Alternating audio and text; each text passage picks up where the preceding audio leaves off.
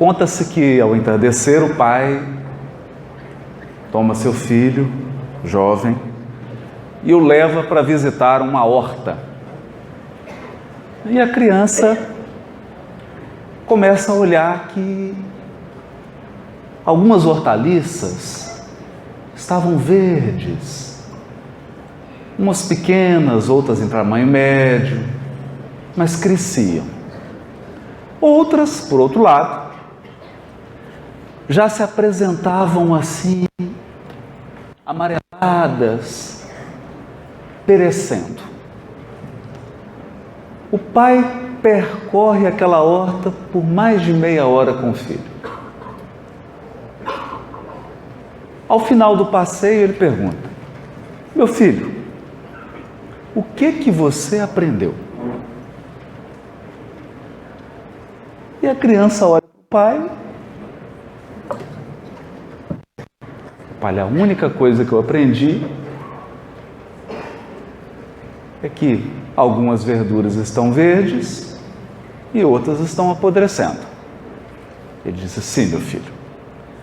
Então a lição que eu quero lhe ensinar é o seguinte: na vida, se você não estiver crescendo e aprendendo, você está apodrecendo.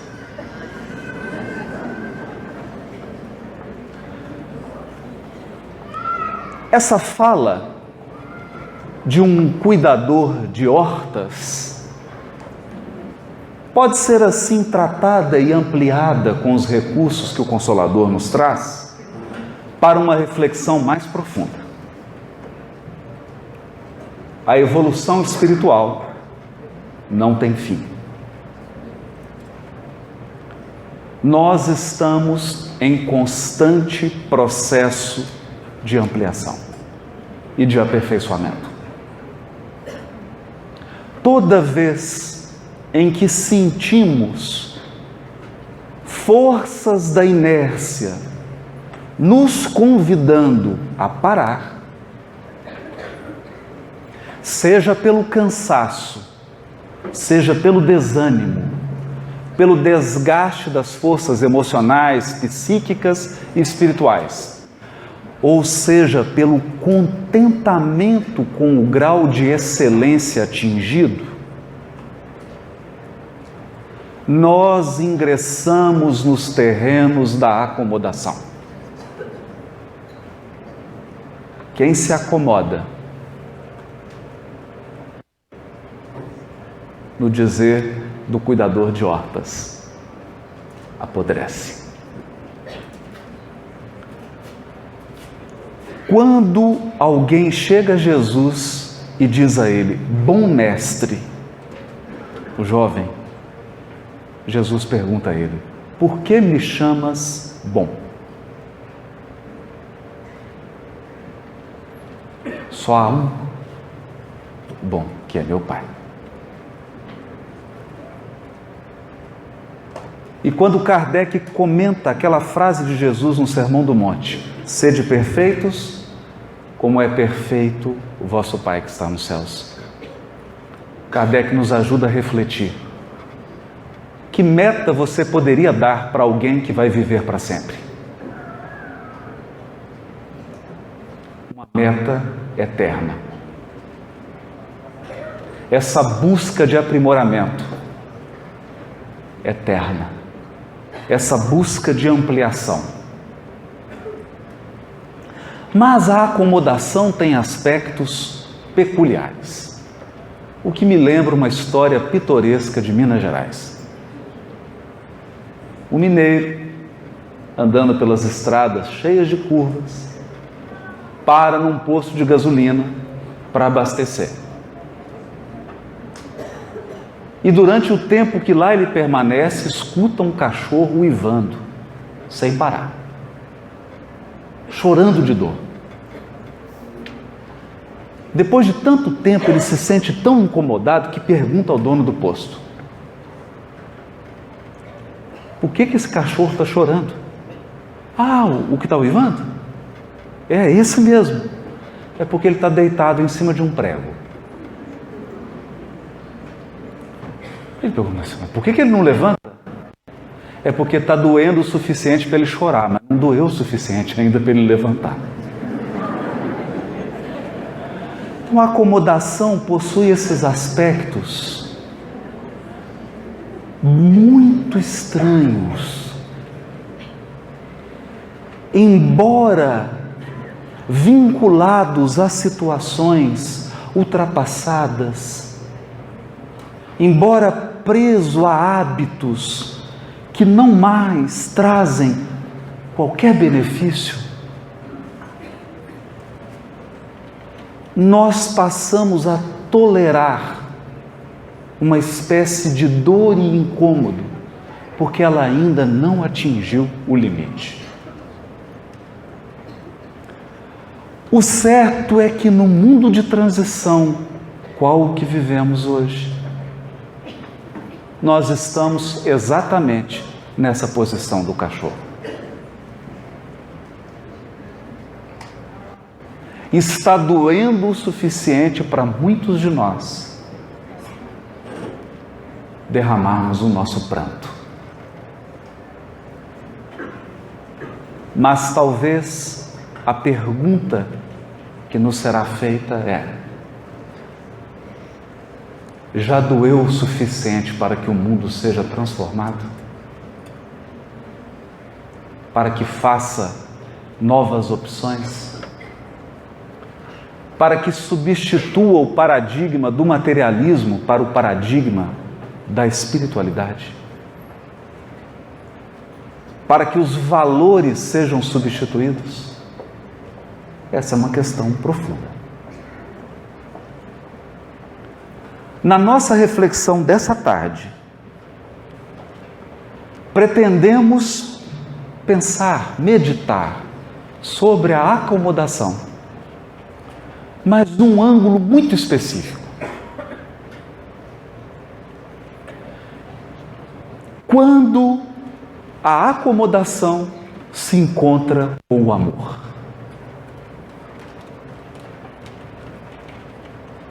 Será possível?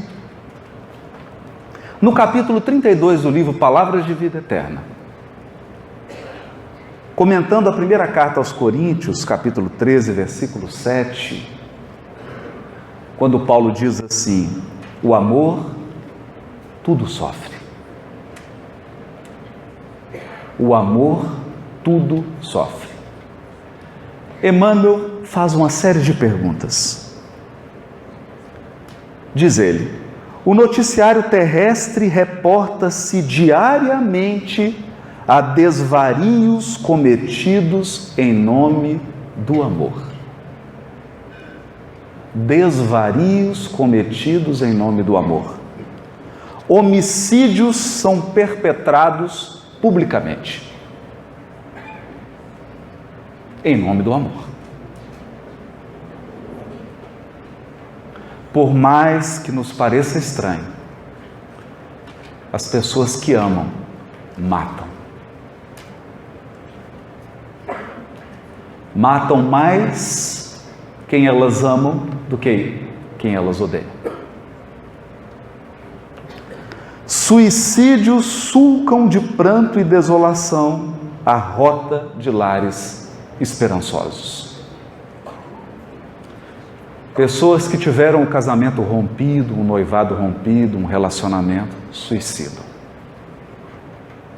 O amor mata.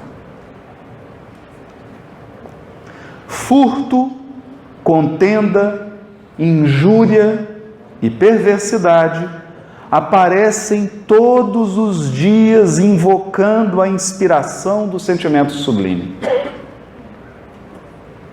Pessoas que se amam e convivem juntas no mesmo lar se permitem uma permanente contenda. Muitas vezes são perversas. Furtam, roubam do outro e são capazes de comportamentos que não teriam em nenhum lugar a não ser com a pessoa amada.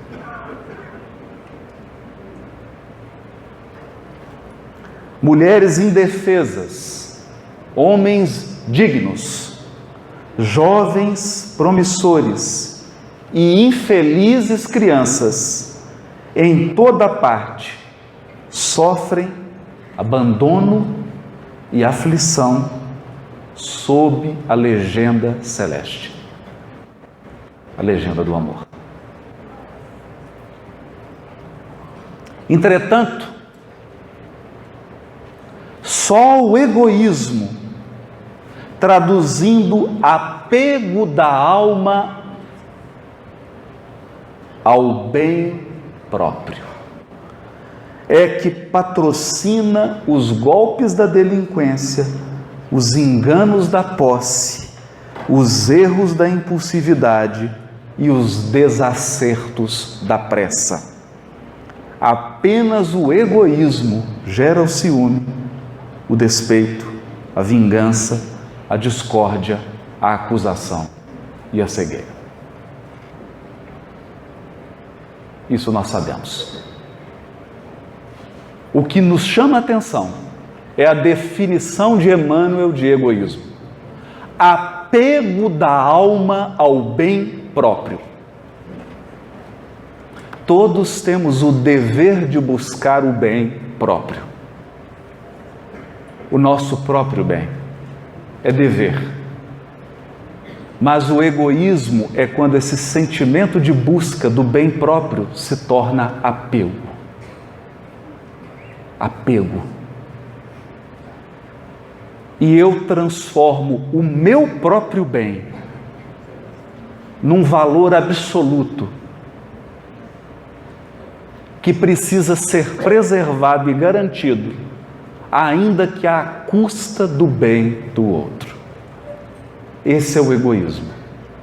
Portanto, não é por amor que nós ferimos, é por egoísmo. Não é por amor que nos acomodamos, não é por amor que permitimos que hábitos milenares trazidos de muitas existências se repitam literalmente na nossa atual encarnação. É por egoísmo.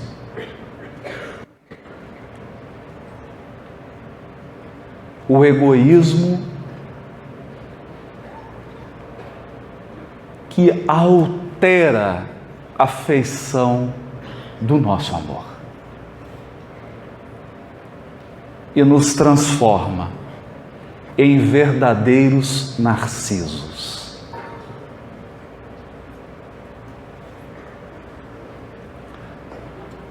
O fator mais desafiador do mito de Narciso não é propriamente a vaidade dele. O que mais nos chama a atenção em Narciso não é o fato de ele querer se ver a todo momento. Não é apenas do fato dele estar tão encantado consigo.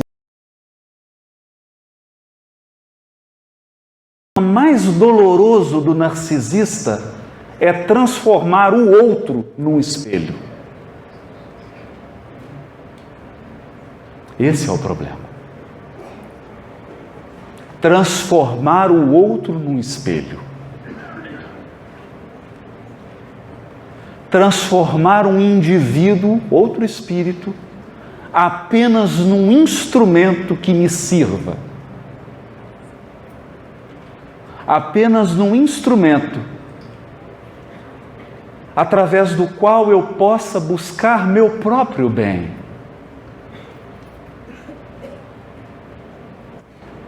Por esta razão, Emmanuel contrasta o amor, longe disso, sabe rejubilar-se com a alegria dos corações amados. Por quê? Porque ele não está apegado à sua própria alegria.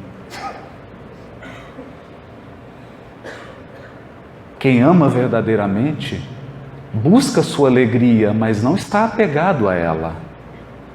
Portanto, sabe também sentir-se feliz com a alegria do outro. Por que que o outro não pode se realizar ao meu lado?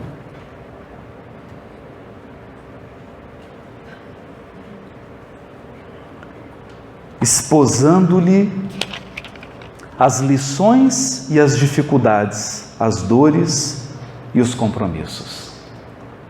Não se atropela, nem se desmanda. Abraça o sacrifício próprio em favor da felicidade da criatura quem ama. Essa é a razão da sua própria felicidade. Por esse motivo, no amor verdadeiro, não há sinal de qualquer precipitação,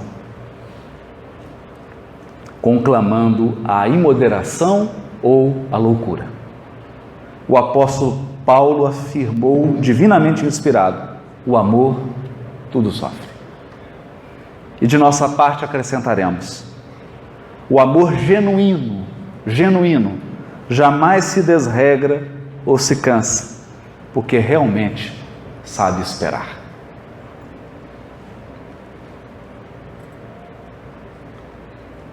Se o amor bem compreendido não nos autoriza a acomodação,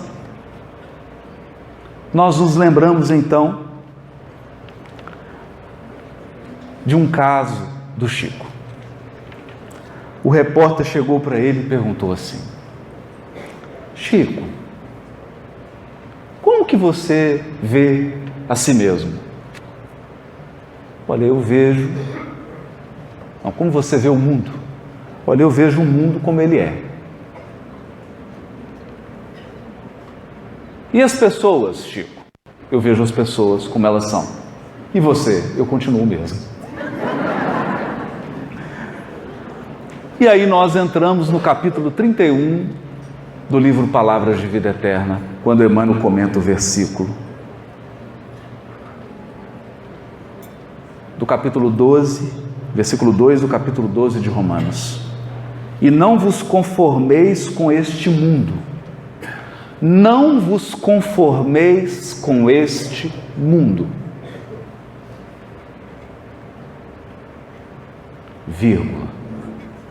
E a gente logo espera. Saia então e transforme o mundo. É o que a gente espera na sequência. Não vos conformeis com este mundo, vírgula, mas transformai-vos. Por quê?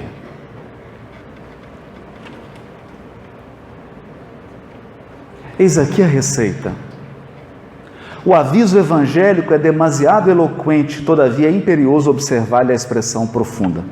O apóstolo, divinamente inspirado, adverte-nos que, em verdade, não nos será possível a tácita conformação com os enganos do mundo, tanta vez abraçados espontaneamente pela maioria dos homens. No entanto, não nos induz a qualquer atitude de violência. Não nos impele a rebelião e a gritaria. Não nos aconselha azedume e discussão. A palavra da Boa Nova solicita-nos simplesmente a nossa transformação. Vamos traduzir isso em aspectos mais práticos. Nós vivemos um momento profundamente grave na humanidade. Um mundo que adotou o materialismo como paradigma e como valor. Como paradigma e como valor. Significa que, inconscientemente, nós respeitamos as pessoas pela capacidade financeira que elas têm.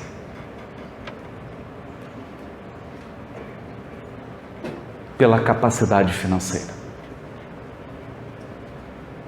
Basta que alguém exiba uma fortuna para conquistar a nossa admiração. Não importa se ele viva como um alguém em completa loucura espiritual. Nós aplaudimos e admiramos.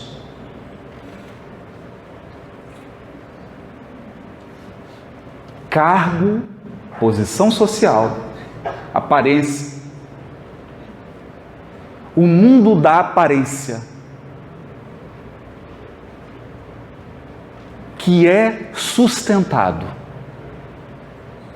inconscientemente por nós, num processo de acomodação espiritual profunda. Nós ligamos o noticiário, ficamos aterrorizados, criticamos a violência de um terrorista que toma um veículo e atropela várias pessoas na Espanha.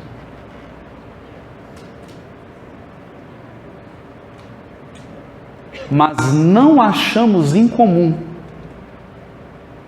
alguém que entre dentro de casa e exerça a mesma violência com os familiares.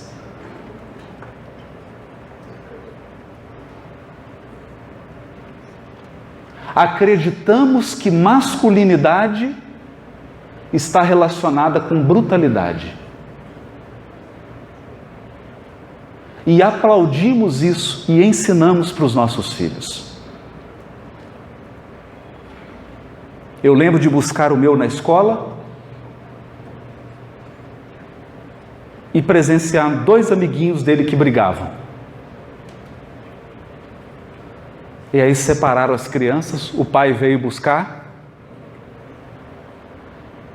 e disse assim para o filho: papai está orgulhoso porque você bateu.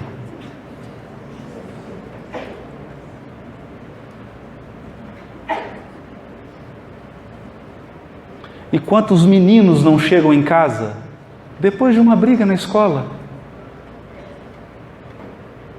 e ouvem do seu tutor, daquele que é responsável pelo seu crescimento espiritual: da próxima vez você revida, seja homem.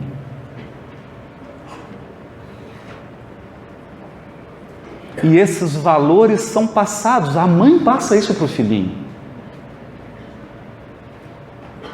O pai ensina isso para o filho. E esses valores vão se perpetuando. Até quando? Até quando?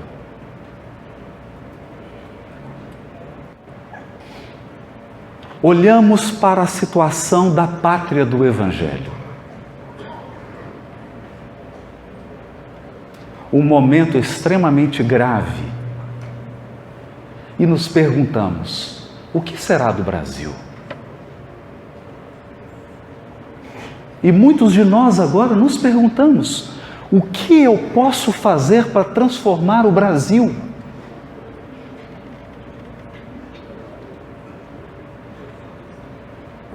Esse versículo de Paulo nunca foi tão atual. Não vos acomodeis com este mundo, mas transformai-vos. Por quê? Por quê? Emmanuel vai responder aqui. Mas André Luiz também tem uma frase incrível. Porque a virtude, diz André Luiz, não é uma boca que fala, é um poder que se irradia.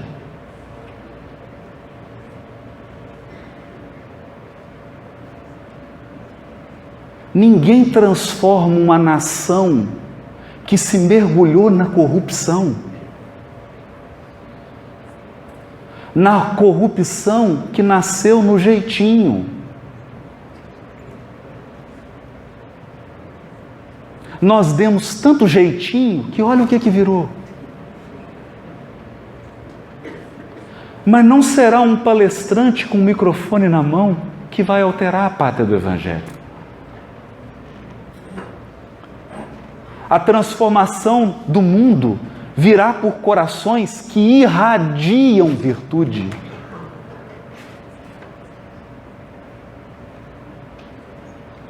Irradiam virtude. Irradiam o poder da virtude. Transformai-vos. Prossegue Emmanuel. Não nos cabe, a pretexto de seguir o Mestre, sair de azorrague em punho, golpeando aqui, golpeando ali, na pretensão de estender a influência do Cristo.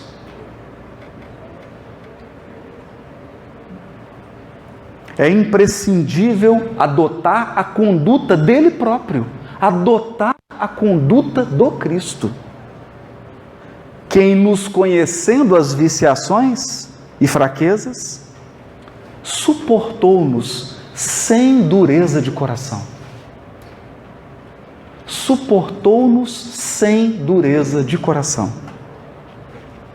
orientando-nos para o bem cada dia, com o esforço paciente da caridade, que tudo compreende para ajudar. Tudo compreende para ajudar.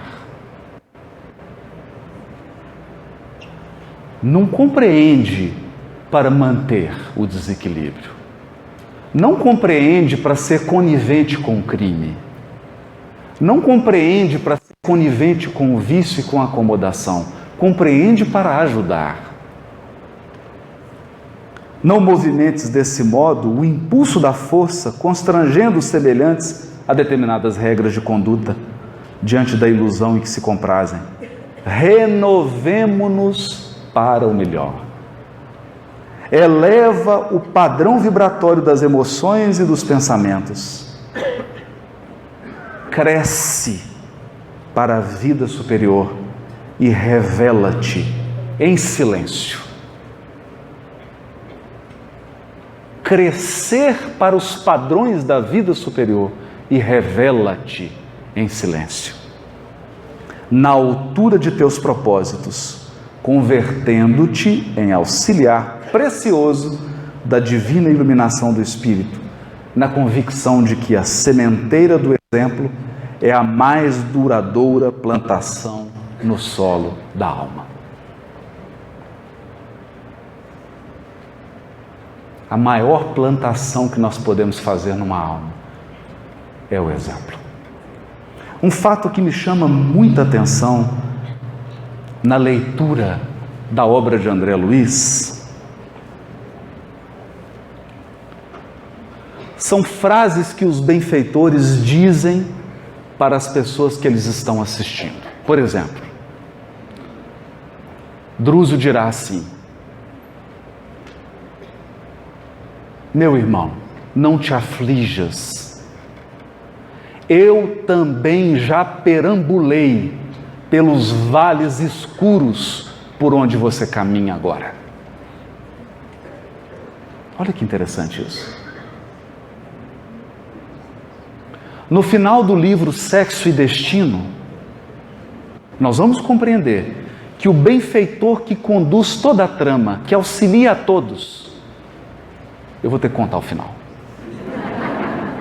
É um spoiler horrível esse, mas quem não leu, me desculpe.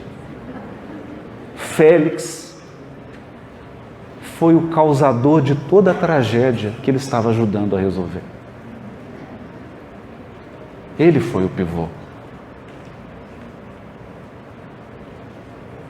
Isso significa que, primeiro, ele precisou percorrer o caminho da transformação pessoal, para depois corrigir, para depois auxiliar. E, ademais, só corrige com êxito quem se corrigiu, quem passou pelo processo, quem enfrentou a luta da transformação pessoal, quem falhou várias vezes, tentou vencer um vício, tentou superar um hábito arraigado e tombou e passou pela humilhação de errar, sabendo que estava errando, e teve que levantar. Só alguém que passou por esse processo tem aquela serenidade, aquela autoridade moral para auxiliar quem ainda está caído. É por esta razão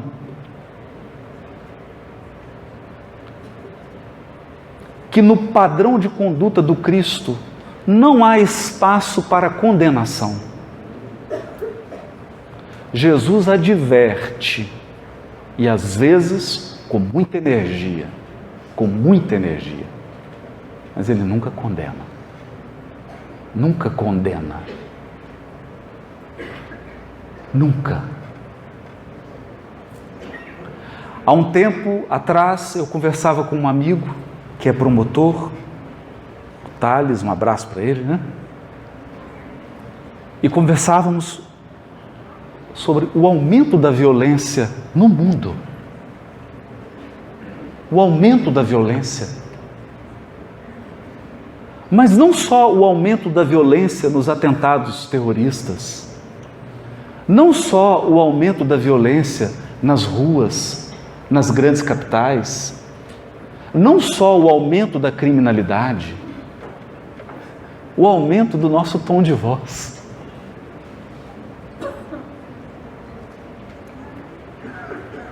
Como nós vivemos hoje numa sociedade agressiva. Lá em Belo Horizonte, quando eu acordo assim mais sensível, porque tem dia que você acorda mais... O download não fez ainda completo, está metade só do perispírito, você ainda está um pouco no mundo espiritual, um pouco aqui. Eu fico com medo de pegar o carro e dirigir. Porque a agressividade no trânsito é uma coisa impressionante. As pessoas são capazes de gesto para passar uma posição na frente. Gestos que elas não fariam se não tivessem atrás do volante. Elas não fariam isso. Pessoalmente elas não fariam. Mas o volante protege, você se esconde. Por exemplo, talvez você nunca dissesse olhando nos olhos aquilo que você disse escrevendo num e-mail. Dentro de instituições, inclusive espíritas, as pessoas mandam cada e-mail que parece um vale. Se fosse um soco, era nocaute.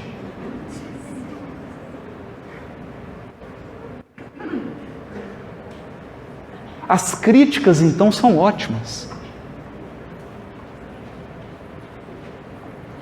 São ótimas. Agora, recentemente, circulou um grande vídeo de uma audiência, não vou nem dar detalhes, porque a violência está tão grande que hoje as pessoas não se contentam em criticar ou em corrigir, tem que humilhar.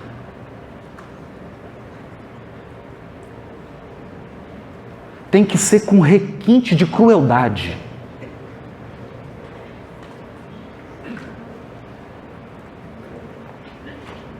Porque corrigir é uma coisa. Você chega e fala, meu amigo, você não foi tão bem aqui, né? Acho que não ficou legal essa sua fala, você poderia... Não, não é assim. A pessoa, ela quer te ferir, ela quer te diminuir.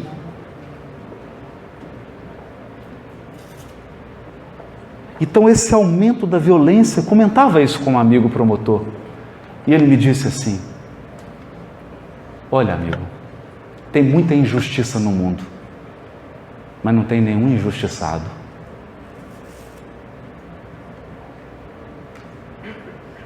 Nenhum injustiçado. Isso nos leva a uma reflexão muito profunda, muito profunda, muito profunda mesmo. Emmanuel, no livro Emmanuel, é o livro em que Emmanuel está mais bravo. está enérgico, não agressivo, mas enérgico. Ele precisava definir pontos, precisava fixar muito forte determinados pontos, para que erros do passado não voltassem a ser cometidos em nome do Espiritismo. Então ele escreve assim, num dos capítulos finais, que nós precisávamos trabalhar pela formação da mentalidade cristã. Formação da mentalidade cristã. É diferente de formar religiosos. Porque nem sempre o melhor ritualista é o melhor cristão. Nem sempre. Muitas vezes nós cumprimos todos os scripts sociais da nossa religião. Como eu não quero falar de ninguém, falar da nossa família. Você diz assim, mas eu vou na reunião mediúnica, eu não chego atrasado. Eu não falto. Eu vou na reunião mediúnica, eu tomo passe, eu faço culto, eu tomo água fluidificada. E vamos listando disciplinas. Mas no fundo, lá no fundo da alma, Jesus nos pede uma mentalidade cristã. A mentalidade cristã significa valores. Valores do Evangelho.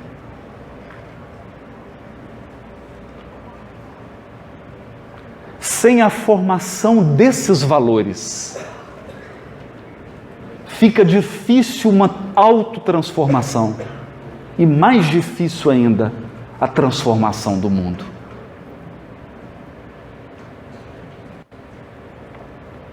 Porque os espíritos que irão promover a transformação do mundo de expiação e provas em um mundo de regeneração são espíritos com autoridade moral.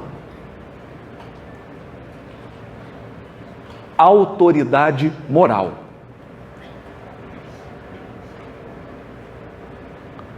Portanto, eu particularmente me sinto apenas como alguém que está preparando. Estamos aqui pregando o cartaz, divulgando o evento. Divulgando, anunciando. Os que virão transformar, virão com autoridade moral. Virão e farão. Farão.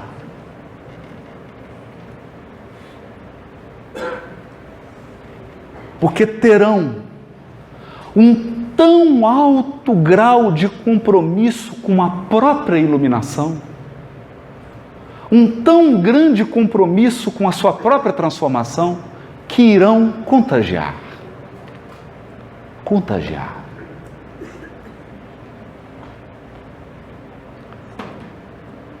A vida deles irá contagiar.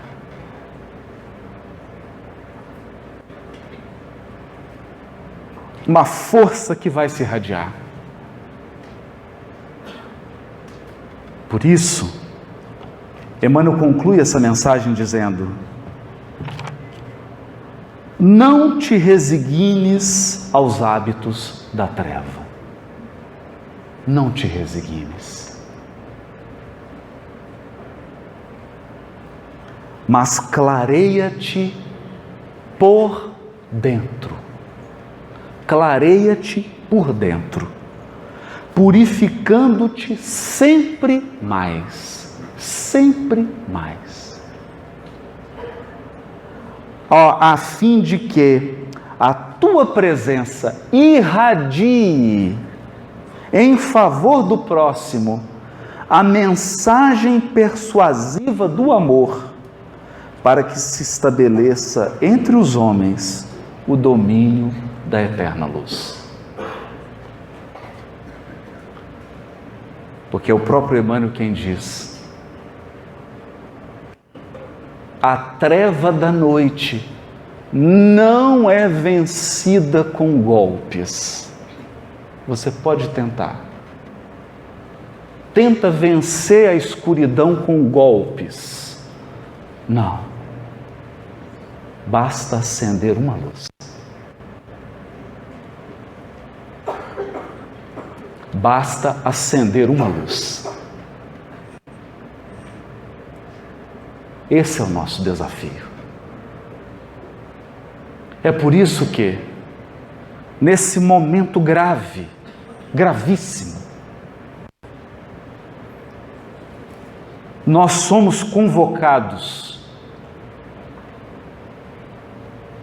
aproveitando aqui a fala do Alírio, a esse chamado, convocação do Cristo que é: vós sois o sal da terra. Meus amigos, meus irmãos de Espiritismo, se você vai cozinhar, qual é a receita? 1 quilo de sal para 1 quilo de arroz?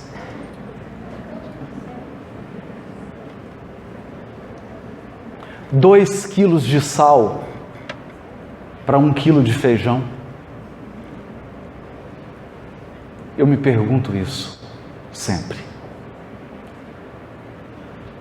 Toda vez que eu assumo essa responsabilidade de subir aqui com todas as minhas deficiências para falar do Evangelho, eu penso nisso. Se eu não estou numa falsa expectativa de maioria numérica. Falsa expectativa de maioria numérica. Quando nós sabemos, meus amigos, que basta pequenas colheres de sal para muitos quilos de alimento. O sal é sempre minoria, ele é pouco,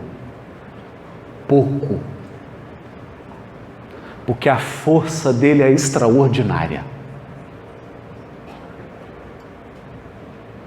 Extraordinária. Eu só posso dizer daquilo que eu testemunhei.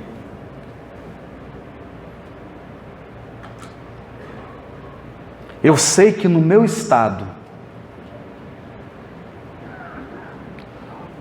uma colher de sal, um homem, mudou o meu testemunho de mineiro, mudou o estado. Onde o Chico passou, ele deixou um rastro de mentalidade cristã.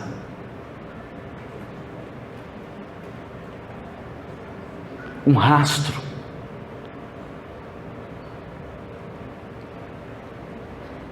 E como que eu posso exemplificar isso? Contando algumas experiências de pessoas que até hoje foram impactadas, profundamente impactadas. Porque às vezes basta um pequeno esbarrão para que se mude o roteiro da sua vida. Muitas vezes um encontro, uma palavra que alguém te diz mudará o destino da tua encarnação.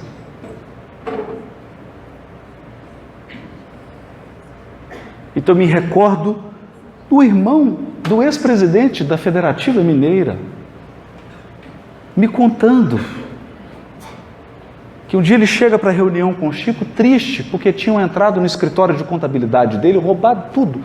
Os ladrões entraram, jogaram a mesa no chão, destruíram tudo. E ele, quando chegou para trabalhar e viu aquilo, ficou desolado. É uma sensação muito ruim. Muito ruim. E ele então chegou na reunião com o Chico, e o Chico captou aquela desolação nele.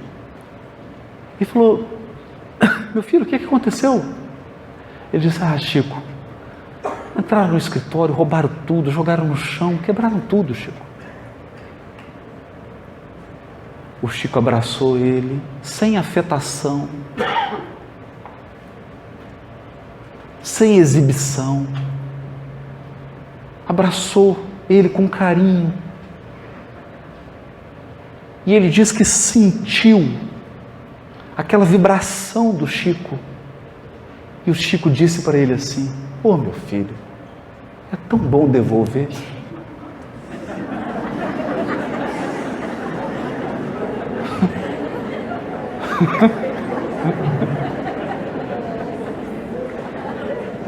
É tão bom devolver.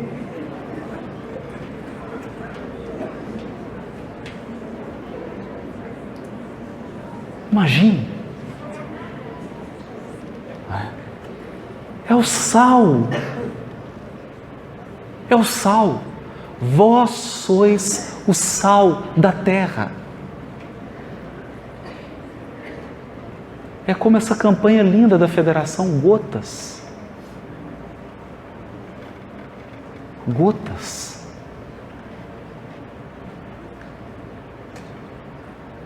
Então, às vezes, nós nos encantamos com projetos numéricos. Vamos criar um projeto, uma campanha para envolver 500 mil pessoas em Cuiabá e transformar.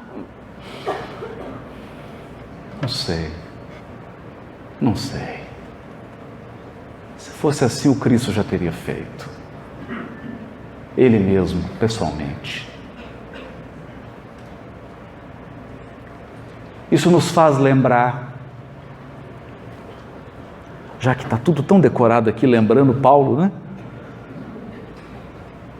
Nos faz lembrar Paulo, depois que ficou 3 anos no deserto. Depois de todo aquele processo de introspecção, de transformação, de viagem para o mundo interior, vocês verem como que não é fácil. É tão difícil vencer a acomodação. Não estou dizendo da acomodação que é um domingo à tarde em Cuiabá, aquele tempo ameno, 42 graus, e aí você almoçou mais tarde e dá aquele efeito mediúnico, você desdobra. Não é essa acomodação. É aquela acomodação a valores e hábitos que nós estamos repetindo há 20 encarnações. 30. Valores que eram interessantes no Império Romano, mas assim, o Império Romano já acabou. Você está agora em Cuiabá. Não é mais útil.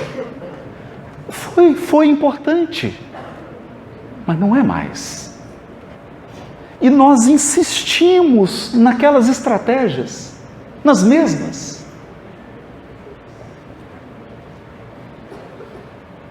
Nessa acomodação a padrões milenares. Então, Paulo viu Jesus, ouviu o chamado, respondeu ao chamado, perdeu tudo, abriu mão de tudo, foi para o deserto, confessou-se para Áquila e Prisca, e volta para Jerusalém, e vem o padrão de novo, e ele diz para Simão Pedro: eu vou agora no Sinédrio, vou tomar a palavra. Mas eu vou, mas eu vou dar uma lição, porque Pedro, eu sei o que é ser fariseu. Eu conheço essa turma. E Pedro, já experimentado, diz para ele assim: cuidado, Paulo, cuidado. Judas procedeu como você está querendo proceder. E aí ele assustou. Ele assustou. Porque Simão Pedro revela para ele que Judas quis inverter o processo, transformar primeiro o mundo para depois fazer a transformação pessoal.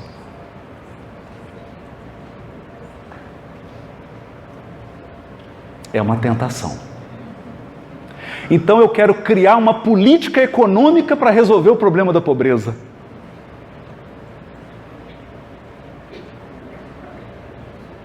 E se a pobreza for do espírito?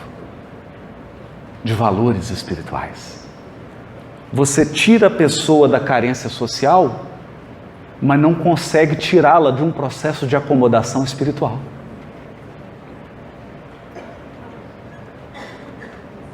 Por exemplo, eu conversava com a esposa do Dr. Elias Barbosa. E ela me contou que o Elias ficou muito compadecido porque certo dia ele chegou na clínica dele, em Uberaba, e tinha um mendigo dormindo na varanda.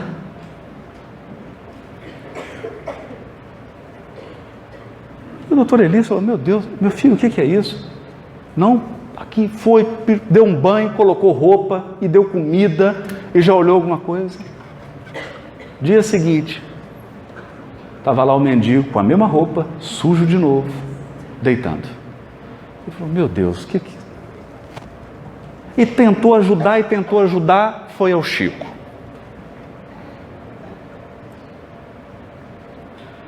O Chico virou para ele e disse assim: Dr. Elias,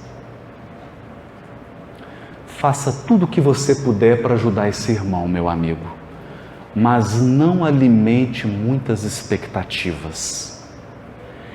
Ele carrega um processo de culpa tão profundo, um complexo de culpa tão profundo, que ele traz de outra existência, que ele não se permitirá ser algo que não seja um mendigo. Ele vai embora. 2 dias depois, o mendigo sumiu. Já tinha emprego preparado, roupa, comida, toda assistência, toda a rede de assistência da caridade espírita. E ele foi embora. Então Paulo acreditava nessa ilusão de que eu posso criar um programa para transformar o mundo antes de transformar o ser humano. Ou que eu posso me engajar num programa de transformação do outro antes de me transformar. Não vai funcionar. Não vai.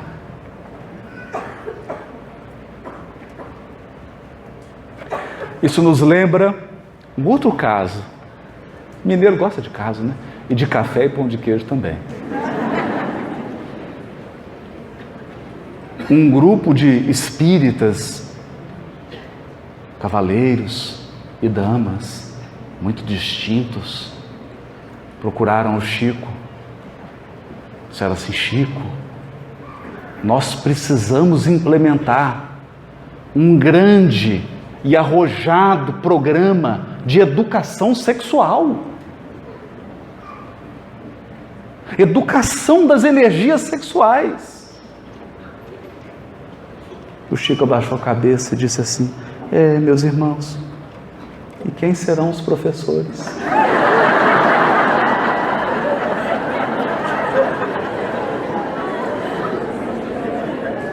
Quem serão os professores?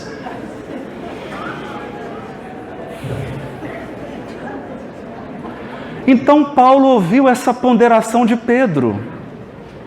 Como que você quer educar Jerusalém inteira, Paulo? Se você não conseguiu se educar. Basicamente é isso. Mas olha a perspicácia de Simão Pedro. Ele diz assim: mas digamos que você seja mais bem-sucedido do que Judas. Digamos que você obtenha um êxito que Judas não teve. Porque Humberto de Campos explicou o processo de Judas, que é muito mais intricado. O plano de Judas era o seguinte: olha o plano de Judas. Ele olhou para Jesus e ele não tinha dúvida que Jesus era o Messias. Então o que ele pensou?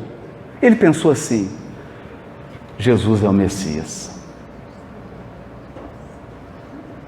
mas ele é muito bonzinho. Não vai funcionar.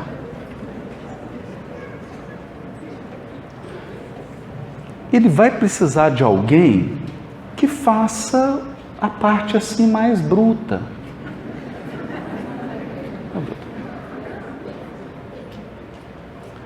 E havia de fato essas forças na sociedade hebraica da época.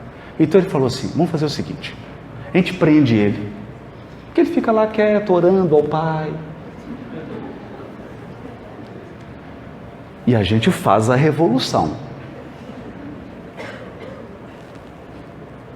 Lutamos com o Império Romano, fazemos a guerra, conquistamos a autonomia administrativa e financeira da nação escolhida, cortamos algumas cabeças, natural. Na hora que tiver tudo pronto, a gente entrega o reino para ele.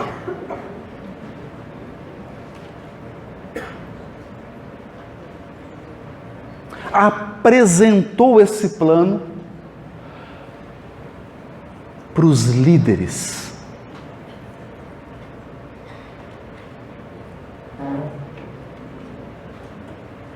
E aqueles homens versados na maldade, com aparência de bondade, falaram: claro, seu plano é extraordinário. Nós vamos te dar até um adiantamento aqui, se você começar, né? Não precisou nem do programa Gotas da Federação, já ganhou logo uma bolsa, vamos aqui o primeiro recurso, e então você vai agora nos ajudar, a gente aprende ele, né? Você convence ele, porque esse homem escapa, já tentamos prender ele, ele escapa. Você convence, a gente prende, faz a revolução, depois solta. Só que era uma armadilha. Quando ele percebeu que fora vítima de um engano tão pueril, ele se suicidou.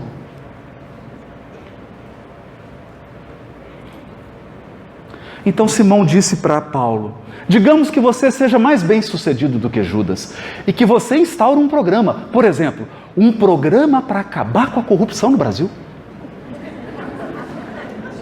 Vou fazer um programa. A gente pega alguns guerreiros para cortar algumas cabeças. Vamos eliminar a corrupção.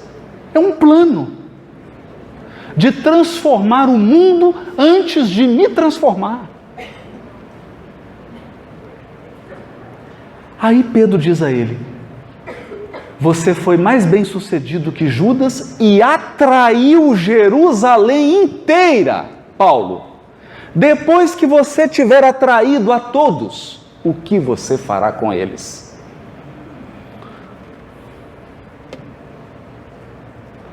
Paulo, o nosso trabalho não é de atrair, é de converter.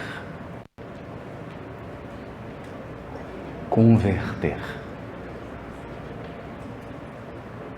Não atrair.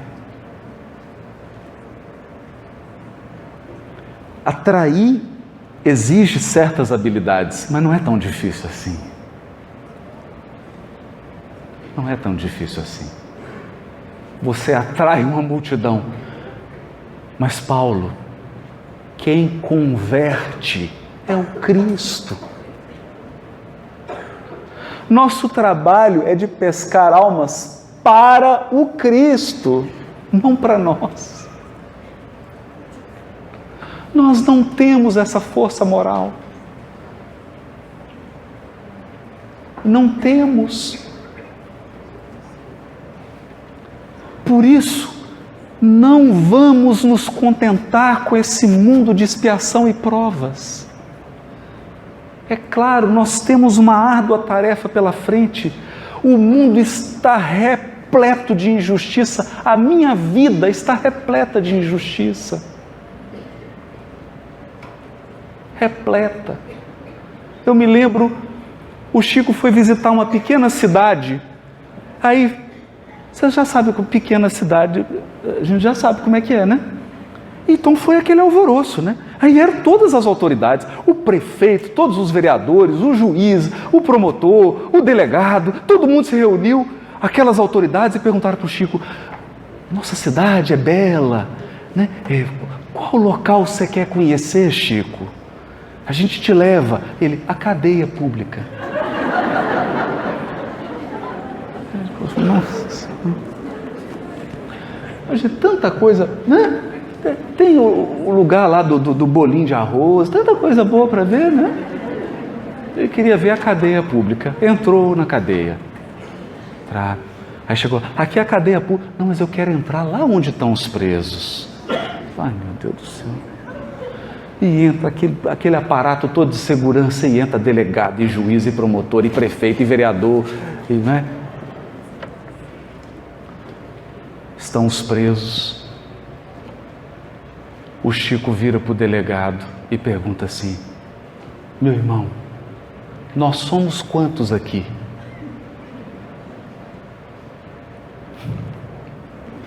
O delegado começa a chorar. Ele não perguntou: são quantos presos? Ele perguntou: nós somos quantos aqui? Sabe por quê? Porque um dia ele perguntou para Emmanuel: Emmanuel, o que é um criminoso? Emmanuel respondeu para ele: Chico, é qualquer um de nós que foi descoberto.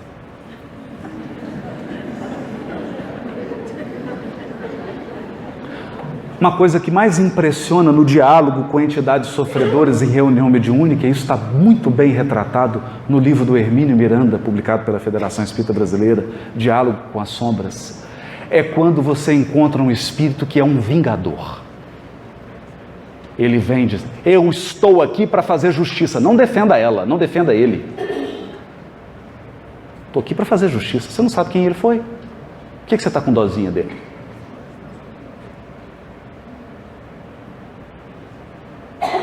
Eu vim aqui cobrar. E o diálogo prossegue com amor, com sabedoria. Está lá no livro Diálogo com as Sombras. E aí o Hermínio diz para o espírito assim: tem um processo na sua frente. Ele fala: que processo é esse? O seu. O seu. E o espírito, quer dizer, a espiritualidade consegue criar aquele objeto que continha parte da história daquele espírito, parte, algumas encarnações, e quando ele toma contato com as atrocidades cometidas, esse espírito entra em profunda perturbação.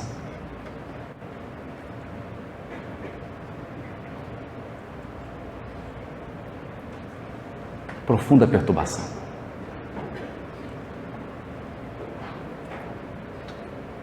Eu me lembro de um amigo,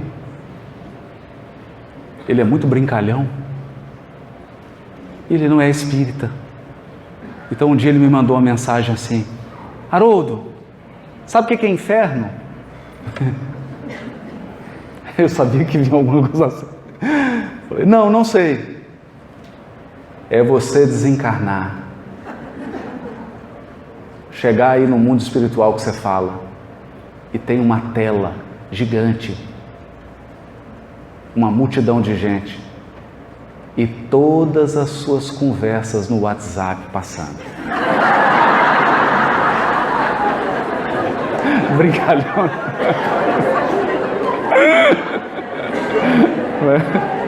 E eu fiquei rindo com aquela imagem. É uma imagem simples, né? Mas tão profunda, né? Agora, o WhatsApp dessa vida. Meus amigos, imaginem você numa sala no mundo espiritual IA. Está descrito na obra de André Luiz. e começa a passar numa tela fatos tristes das nossas últimas 10 reencarnações. Mas sabe por que isso não acontece? Sabe por que isso não acontece? Porque a justiça divina não é de condenação.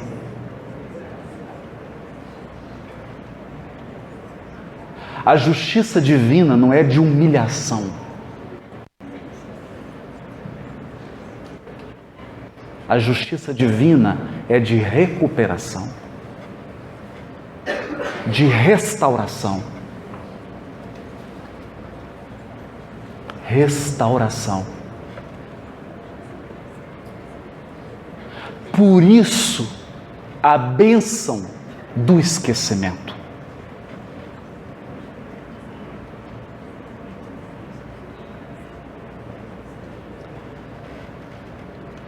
Eu venho aqui, falo do Evangelho e não me recordo. Por quê? Porque Deus é tão justo, é tão misericordioso, que Ele não me quer constrangido no processo de restauração e de reconstrução do meu destino.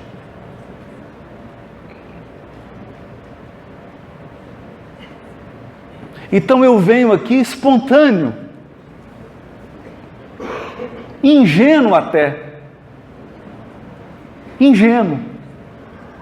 sem saber, para que a minha adesão ao bem seja espontânea e seja fruto de um gesto de amor, não de constrangimento.